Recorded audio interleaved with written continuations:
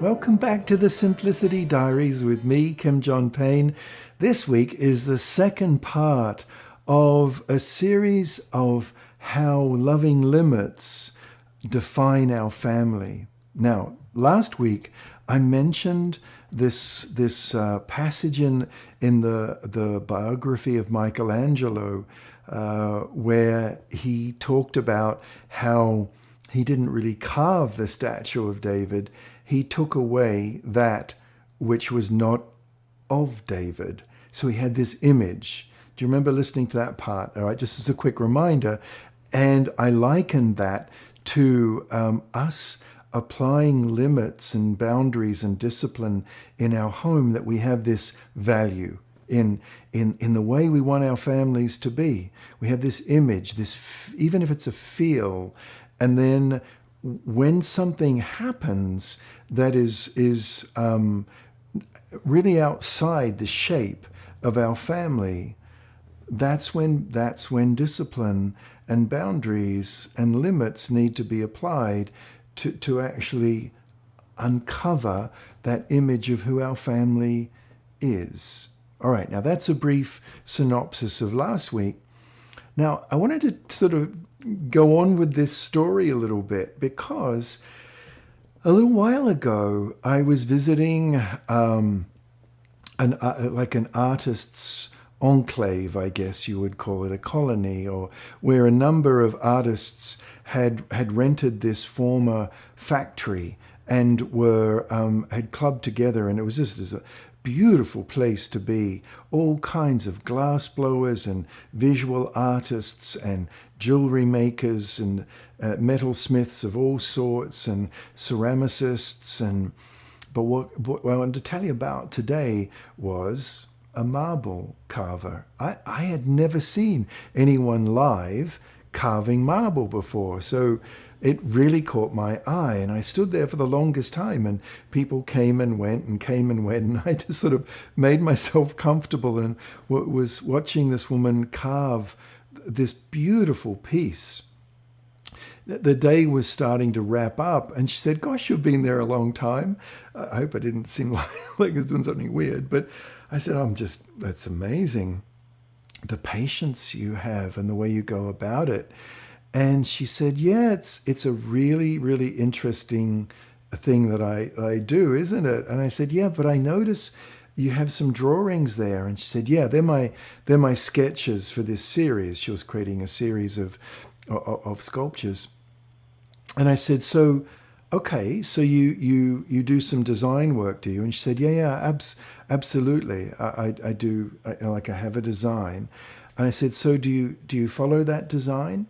And you can write, I'm thinking of Michelangelo. And she said, "Yeah, I do, but I've also got to see what the stone wants, where the grain is going, quote unquote, where the grain is going." I thought, oh gosh. And I asked her, would you mind if I asked you about that? And she sat right on down and said, no, of course. She said, "Look, when you carve something, and you've got these drawings and what you want to do, and then you work with the grain of the stone, so, and you get to places where the grain is not easily going to conform with what your drawing is all about." And she said, "And that's where the fun begins." And I said, "Really, it's fun?" And she said, "Well, sometimes it's not fun, but it's where, really where the work is." And now, teaching and counseling and kids and families and parenting are never far from my mind. And it's already, the wheels are starting to turn, I'm thinking, all right. And she spoke a little more and said, it's like the grain is going someplace, and you're going another place, and how do those two things relate? And I said to her, "Well, what happens if you ignore the grain?" And she said, "That's what happens over there." And she pointed out a few broken sculptures. I said, so it breaks?" And she said, "It can, yeah." And I said, But what happens, obvious question, next question, if you go too much with the grain? You just go with the grain. And she said, well, that's over there too. And we walked over and there was some sculptures sitting right there. She said, yeah, they're not very good, are they? And I thought they were okay, but she said, yeah, I don't even bother putting them up for sale because they're just kind of nothing much. It's just amorphous. And she was quite kind of down on herself about it. And we chatted for a little while longer. And I went away and I sat out in a little central courtyard and I was thinking about this, making some notes, for this podcast, actually. Made some notes about it. And I thought, that's like we have this vision, like I mentioned last week, like this is the vision of what we want for our family. And then along come our kids with their own temperaments, right?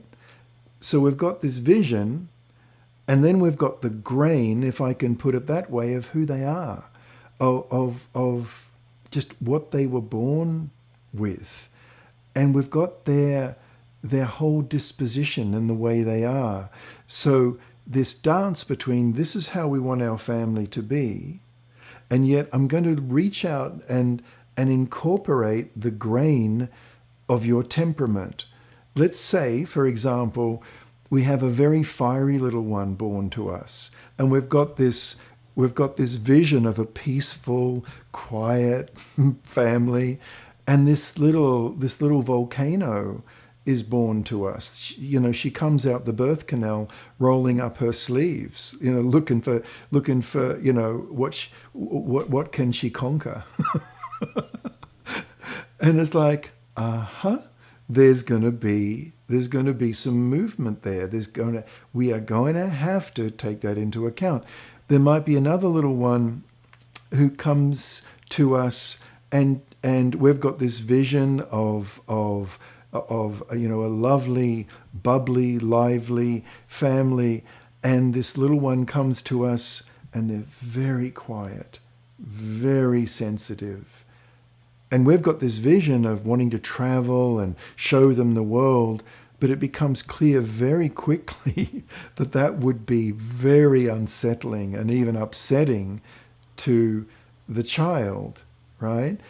Let's say we've got this sort of vision of being able to do new things and encounter, and this child comes to us similarly, but loves being at home, and we love exploring. We're an outdoor family. Like you love the outdoors, canoeing and climbing and exploring, and this child comes to just love. It's just a homebody.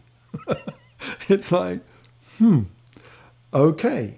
Because if you keep doing that, it's going to be deeply upsetting.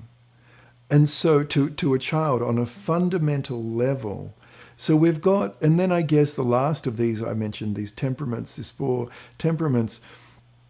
We might have born to us a child who was just a papillon child, a hop and go skip and is easily distracted.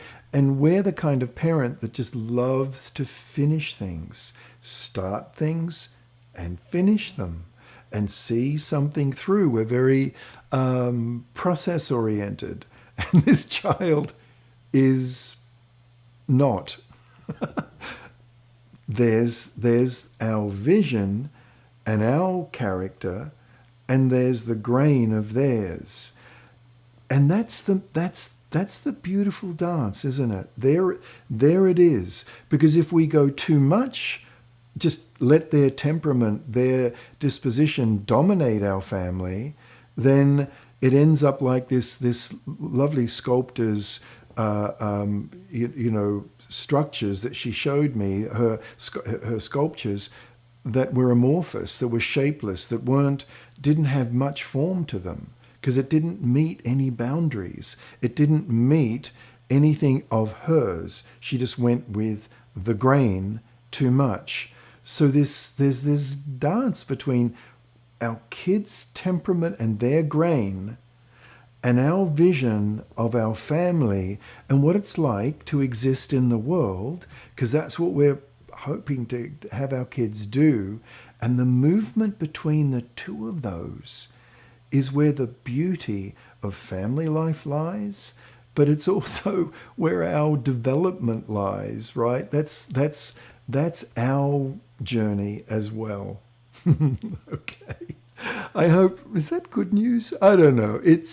But I hope that's helpful. Bye-bye for now.